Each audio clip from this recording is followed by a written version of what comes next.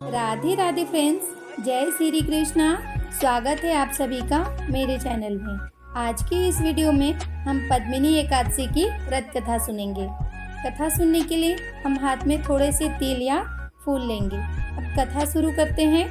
पुरुषोत्तम मास के शुक्ल पक्ष की एकादशी पद्मिनी एकादशी कहलाती है। इस दिन राधा कृष्ण और शिव पार्वती की विशेष पूजा की जाती है। जहाँ तक व्रत की विधि विधान का प्रश्न है, अन्य एकादशियों के समान ही है, परंतु दान को विशेष महत्व प्राप्त है। धर्मराज युधिष्ठिर बोले, हे भगवान, अब अधिक मास की शुक्ल पक्ष की एकादशी के बारे में बतलाए। उस एकादशी का क्या नाम है तथा उसके व्रत की विधि क्या है, सो विधि पूर्वक कहिए। श्री कृष्ण भगवान बोले, हे राजन, अधिक मास की एकादशी जो कि अनेक पुण्यों को देने वाली है, उसका नाम पद्मिनी है।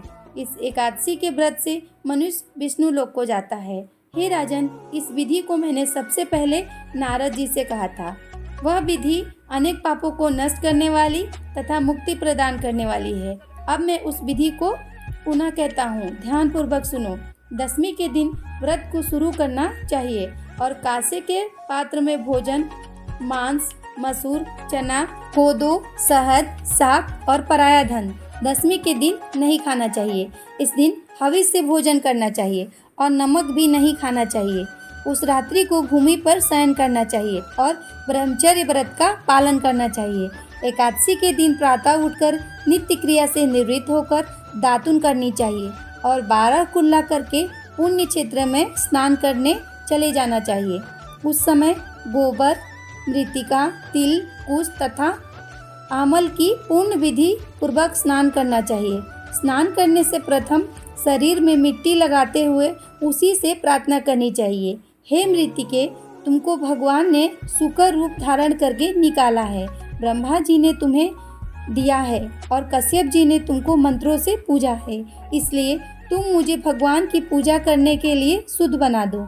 समस्त औषधियों से पैदा हुई, गौ पेट में स्थित करने वाली और पृथ्वी को पवित्र करने वाली तुम मुझे शुद्ध करो।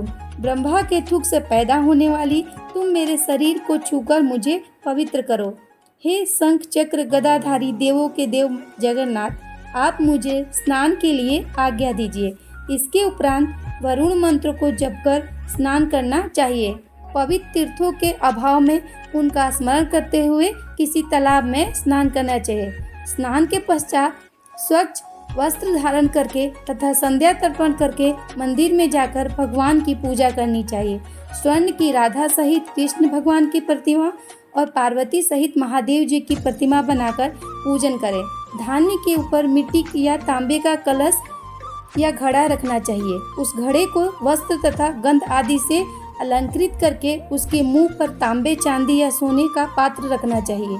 उस पात्र पर भगवान की प्रतिमा रखकर धूप, दीप, नैवेद्य, पुष्प, केसर आदि से उनकी पूजा करनी चाहिए।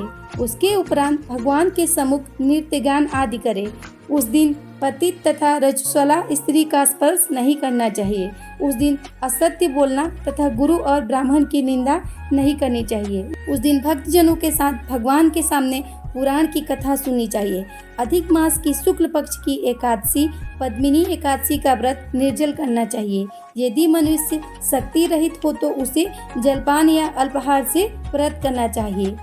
रात्रि में जागरण करके नाच और गान करके भगवान का स्मरण करते रहना चाहिए। प्रति पहर मनुष्य को भगवान या महादेव जी की पूजा करनी चाहिए।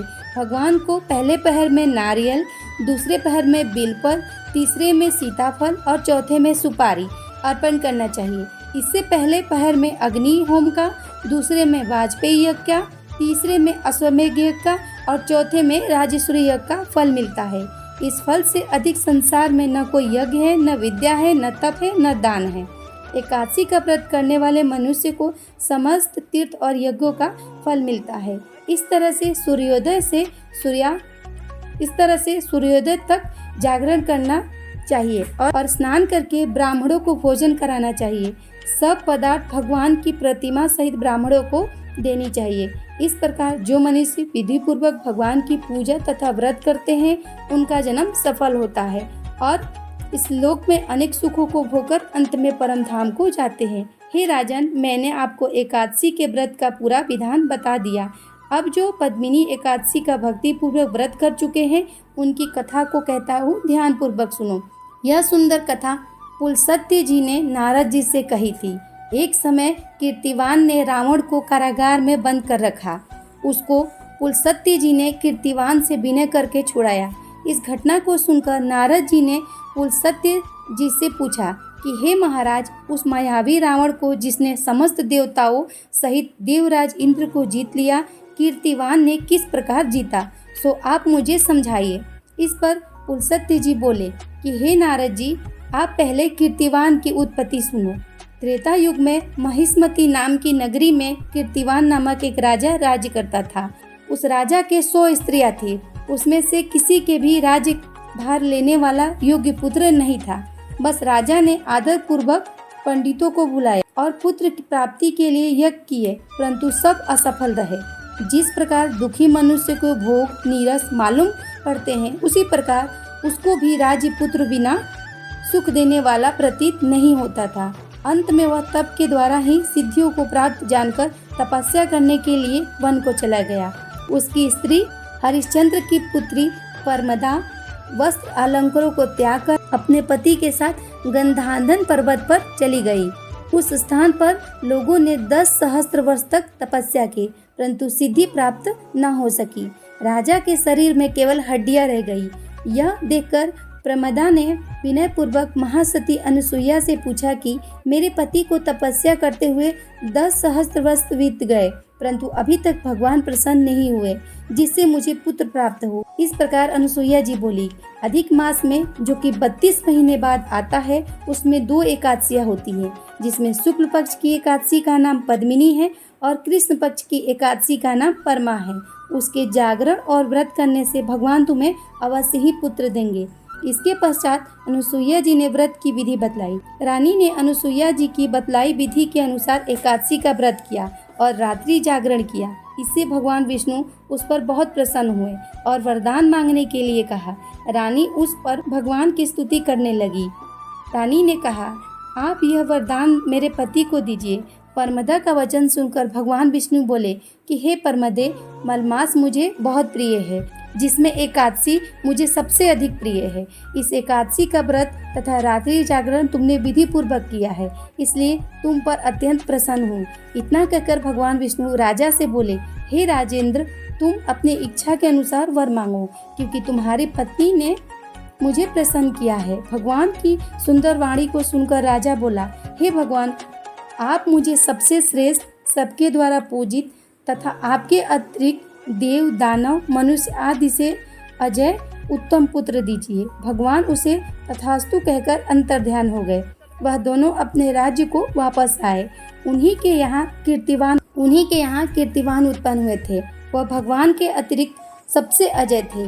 इसी से उन्होंने रावण को जीत लिया था। वह सब पद्मिनी एकादशी के व्रत का प्रभाव था। नारद जी से इतना कहकर पुलस्त्य जी वहाँ से चले गए।